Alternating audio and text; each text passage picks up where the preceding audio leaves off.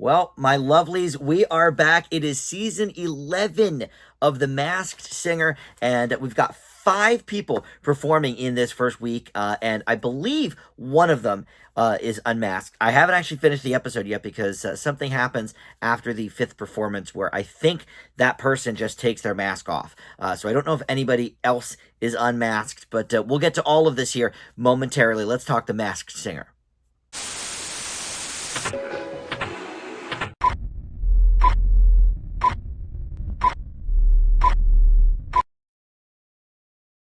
Hey guys, Dan here. This is Dan Reviews It, and welcome to my recap and reaction video for The Masked Singer. Yes, we are in season 11. I've got my Toy Story 3 notebook we've been using for years and years now, and this is, there's only 8 or 9 pages left in this. This is it. I'm going to have to convert to another notebook for the next season because, the amount of things I write it's just, it's so tiny, and I've written in every page in this thing over and over again. So we have the goldfish, the starfish, the ugly sweater, the lovebird, and the book performing for the first time tonight. I think I've got a handle on a few of these.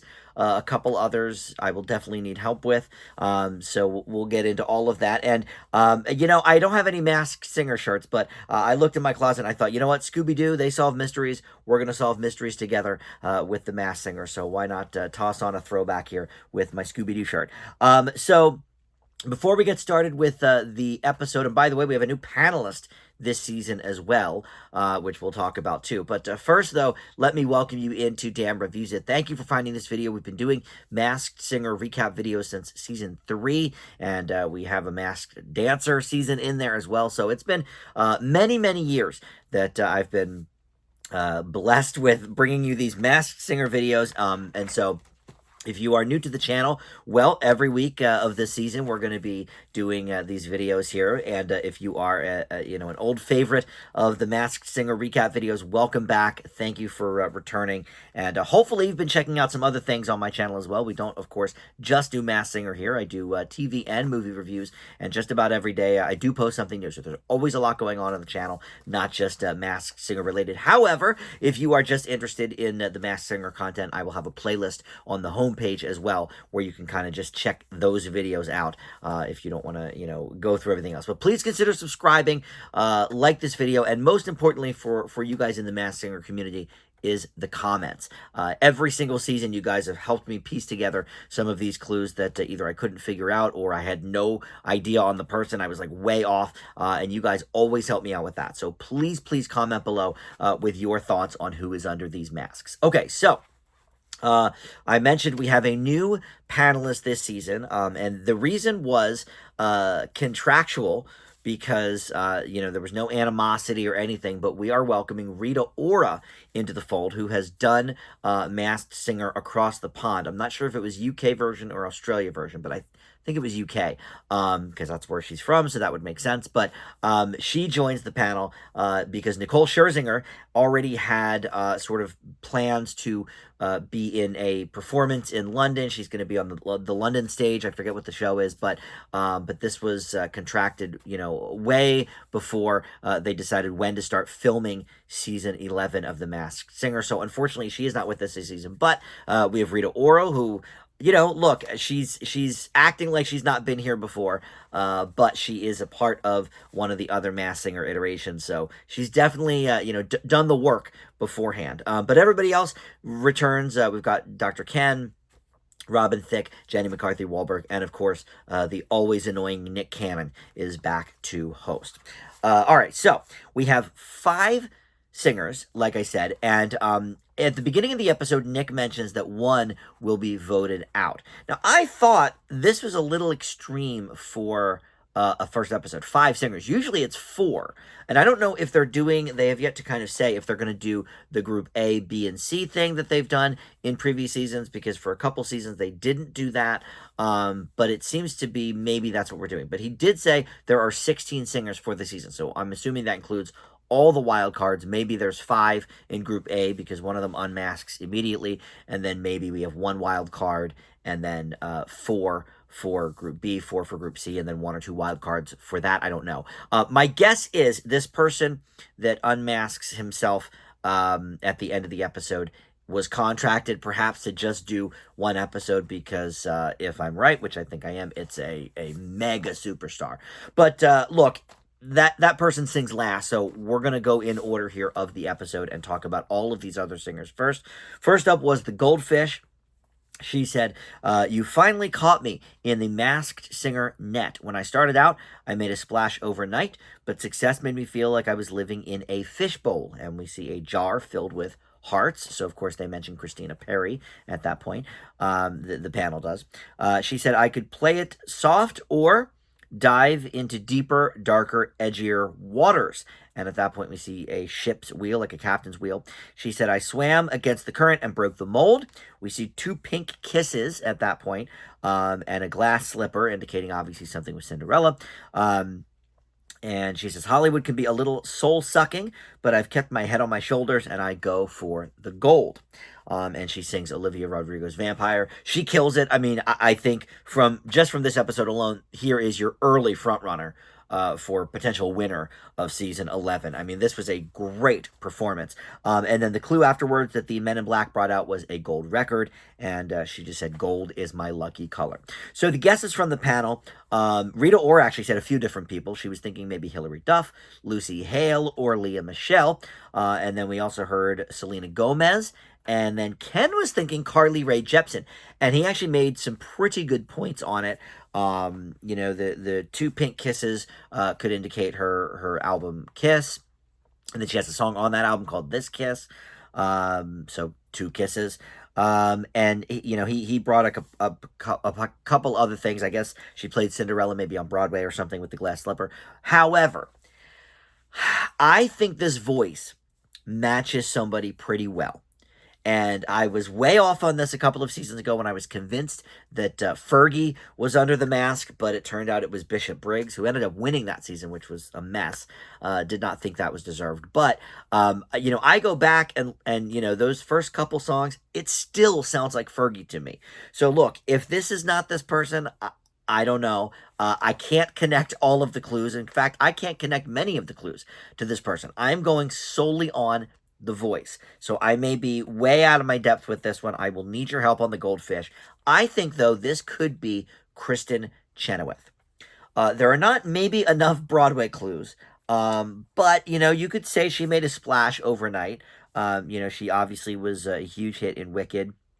I don't know what some of these other things would represent for her, but she's got to have a gold record somewhere in her collection of, you know, Broadway cast recordings and all of that stuff. So my guess for now is Kristin Chenoweth, but really it's based more on the vocal than anything else. And that screwed me last year, too, because I thought it was Tom Jones vocally, but I couldn't match like any of the clues up. So my guess is probably wrong, so I will need your help in the comments on this. But for now, I'm going to say Kristin Chenoweth. All right, next we move to the Starfish. She said, I started out serving steaks to the stars. I rubbed elbows with people like Steve Martin and Whitney Houston, but all I heard from them was, check, please.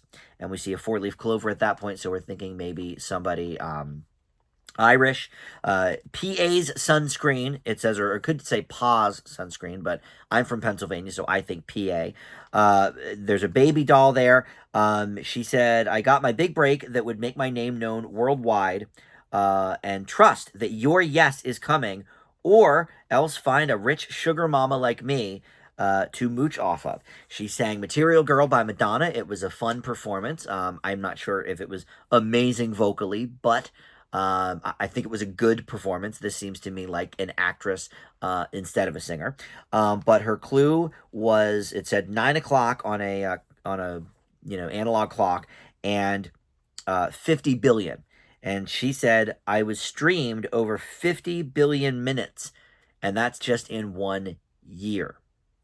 And so the guesses from the panel, Rita Ora had actually a pretty good one. Catherine O'Hara, certainly Irish. Certainly Schitt's Creek is a huge streaming hit. And then a couple other contenders were from SNL. Sherry O'Terry and Molly Shannon were both mentioned. I'm not sure if that is more of a Steve Martin thing. But here, see, I think that the clue about it was serving steaks to the stars, rubbing elbows with Steve Martin and Whitney, but just heard check please. I don't think this person necessarily worked with Steve Martin or Whitney Houston. I think maybe those were just some of the people that she served while she was in the restaurant biz. That's how I took that. But I don't think Catherine O'Hara has ever worked with Whitney Houston. Sherry O'Terry and Molly Shannon, possibly. Whitney was certainly a musical guest on Saturday Night Live, but I'm not sure if it was during their era. And then Steve Martin, of course, SNL mainstay. So maybe I'm wrong. Maybe they did work with this person, but I have a really good guess for this person, and I've matched up almost all of the clues. And you know what? You guys got on me last year about the Macy Gray. I didn't hear Macy Gray in The Voice. I'm stupid. Okay, fine. But that got me thinking, okay, who are people who have done either other iterations of Masked Singer in other countries, like Macy Gray had, or Dancing with the Stars? We've had a lot of people so far from Dancing with the Stars. So this person, to my knowledge, has not yet done a Masked Singer in any country, but they were definitely on Dancing with the Stars, and I have a bunch of these other clues that match up. She is Irish, for sure. She's got a nice shock of red hair. 50 billion streams, 50 billion minutes of streams in 1 year. The show that she is on is maybe one of the top 3 or 4 streamed shows of all time, certainly in the U.S. PA's sunscreen. I think it is not PA's sunscreen. I think it is PA for Pennsylvania, because this show takes place in Pennsylvania. I think this is Kate Flannery, who played Meredith on The Office. I think all of these clues match up. It makes sense that she certainly was a server before her big break. But I got my big break that would make my name known worldwide. I think the Office clues are here. The 4-leaf clover, she's definitely Irish. PA sunscreen, and then the baby doll. There is obviously a line of pop figurines with the Office characters, but I believe Meredith's is special because there's if you know the pop figures, they do, if it's a big show like The Office, they'll do like several different lines, right, from different episodes, and different types of the character. There is a one with Meredith, and it is pixelated because it was from Casual Friday's episode. If you know The Office, you know that she was wearing a little less than usual, and so she has a pixelated pop. So the baby doll might be something with that. I think this is The Office's Meredith, Kate Flannery. I'm pretty confident with that guess. The voice, when I heard the voice, I did kind of think Catherine O'Hara was a good guess, but as I was piecing the clues together, no, for me, this is Kate Flannery. Okay, next is the ugly sweater. And he said, when I hit the scene young, I was the epitome of style, but I lost focus. And we see a train going by at that point. And my world unraveled. And we see a rabbit in a hat. I went from penthouses to park benches. I hit rock bottom and had to change. And then we see an alarm clock with what looked like to me the time 1:40. It had the big hand on the 8 and the little hand on almost the 2. So to me, that's 1:40. I had to fight to reclaim my voice. We see blue vinyl at that point.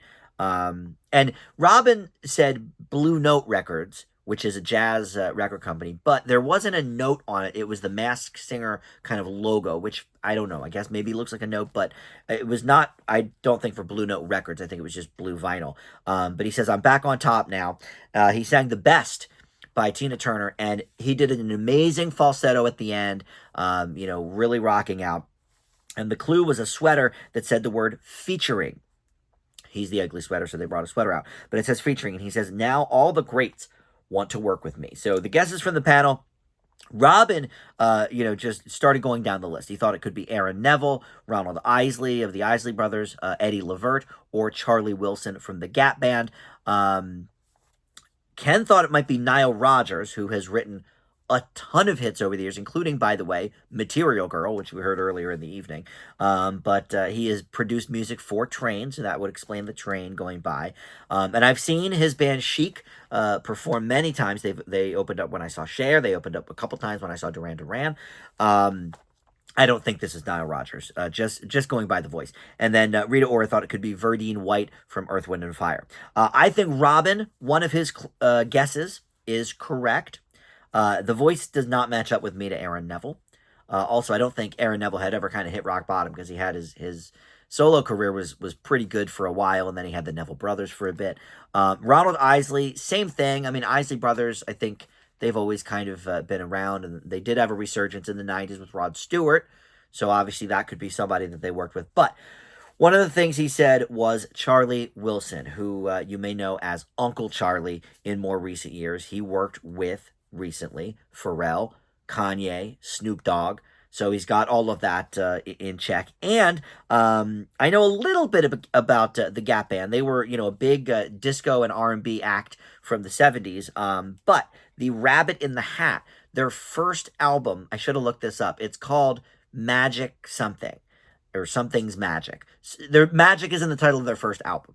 So that makes sense to me. And the featuring, with all of these hot singers of today, singers and rappers, I think this is Charlie Wilson from the Gap Band. All right, Lovebird is next.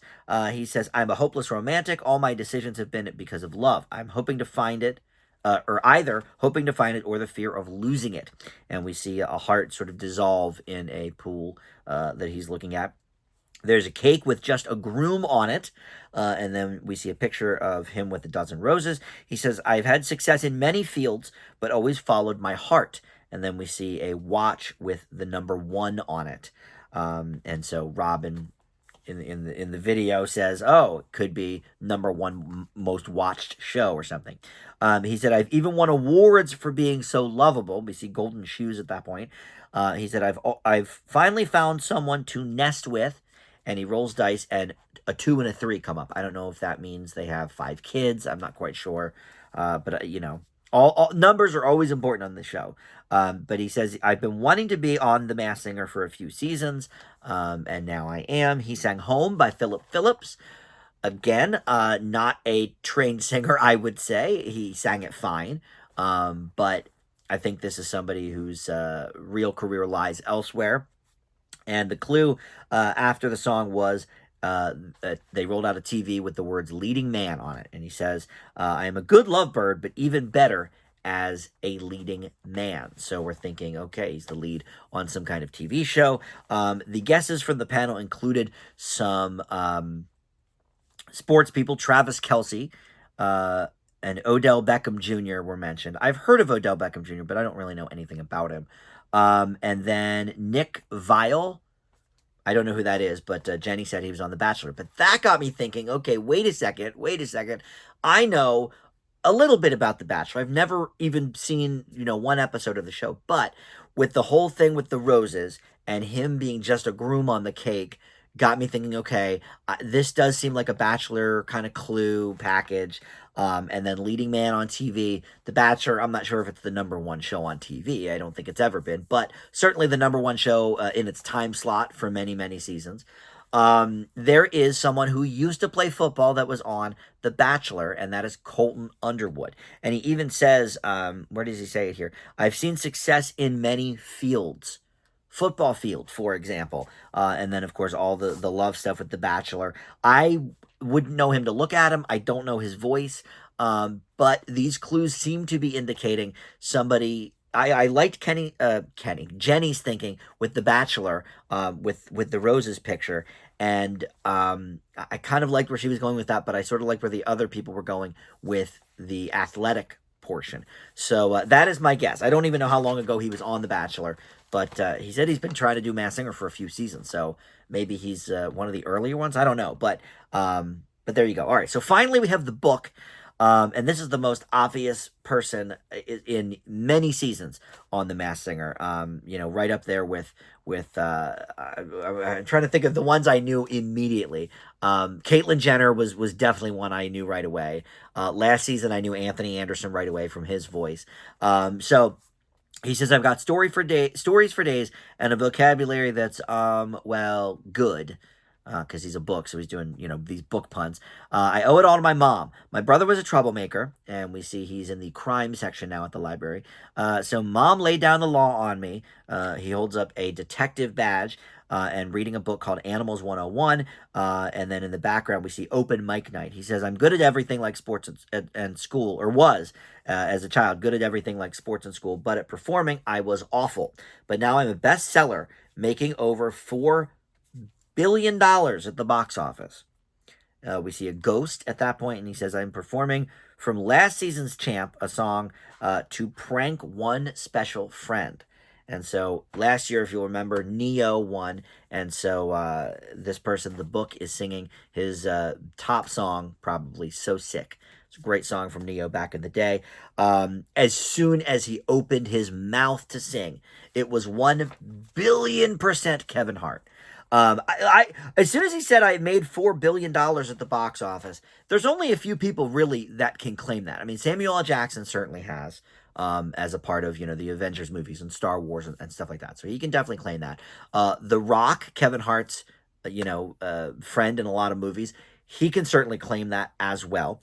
But because of Kevin Hart's presence in the Jumanji films and some of his animated roles, like The Secret Life of Pets, I definitely believe that he has earned the movies he's in $4 billion at the box office. I can't count them, but without looking it up, that makes sense to me. And then these clues, the detective badge, he did those ride-along movies with Ice Cube, all of this other stuff. And then performing, I don't know what the ghost is. I'm sure he did a movie with the ghost, but he said performing from last season's Champ to prank one special friend. Is that special friend Dwayne Johnson? Did they have like a bet or something? Because they are really good friends in real life. They've done, of course, the Jumanji movies together. They did Central Intelligence together. They've done a handful of movies together. I think maybe there's one more I'm forgetting. But anyway, so after he sings, we don't even get a post-song clue. All we know is that Robin says, look, this is Kevin Hart. I've got a smile on my face from the second he came out. Very few people can make me feel like that. This is Kevin Hart. And then it looks like the person's about to take off his mask. So there's like 4 minutes left in the episode. So I'm going to see what is happening. Is he actually going to take off his mask, or is somebody going to be voted out? Let's see. And this has happened before. Is it Kevin Hart? It's got to be. The voice is 1,000,000%. Oh, they're going to go to commercial, of course. Okay. So we got to see, a little bit again. But, okay. So here it is. Let's see. Oh, yeah. It's for sure. Kevin Hart. Okay. Well, look, that was from his voice. Look, Kevin Hart has such an obvious voice. Oh, I got you, Nick. What are you doing? Oh, so maybe Nick was the friend. I had no idea. He said he has no idea that he was coming. It's nothing you can do about it. No, this is stupid. That was the worst performance ever on the history of the Yeah, it was so obviously Kevin Hart. Everyone in the building knew it. I performed bad. He said he did it wrong on purpose. No, All right. that was stupid. No, I don't. That makes sense that he would be friends with Nick, I guess, from over the years. All right, they're just going back and forth now. But all right, so as far as I know, then we're not gonna have anybody else performing on tonight's episode or voted out. So that's it. Now because of Kevin Hart's sort of stunt performance, whatever, the other 4 people will return. I assume next week. I assume we'll do another round of Group A next week. So the Goldfish, Starfish, Ugly Sweater, and Lovebird will return. So look, I've talked enough. That's going to do it for me. But let me know in the comments what your thoughts are. I think the Goldfish, if it's Kristen Chenoweth, I need to be filled in on the clues. And if it's not Kristen Chenoweth, who should I be thinking about? I thought Carly Rae Jepsen actually was a pretty good guess from Ken. And I went against him last year, and yet he was right the first 2 weeks, I think, of last year's episode. So, it might be Carly Rae. I don't know. It could be somebody we have not even, talked about.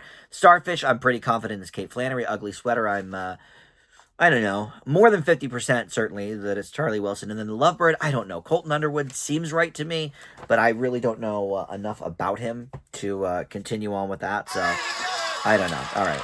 So yeah. All right, they're still just going on and talking. So maybe the special friend was Nick. I was hoping maybe he lost a bet or something with Dwayne Johnson. But anyway, so that will do it for this week's episode. I'll be back next week with another Masked Singer recap. Check out my other videos. In the meantime, though, I have a review of the brand new Dune movie, spoiler free. I've released that, and a bunch of other recent movies and TV shows are up on the channel as well. So thank you so much for watching, and I'll see you next time. Bye.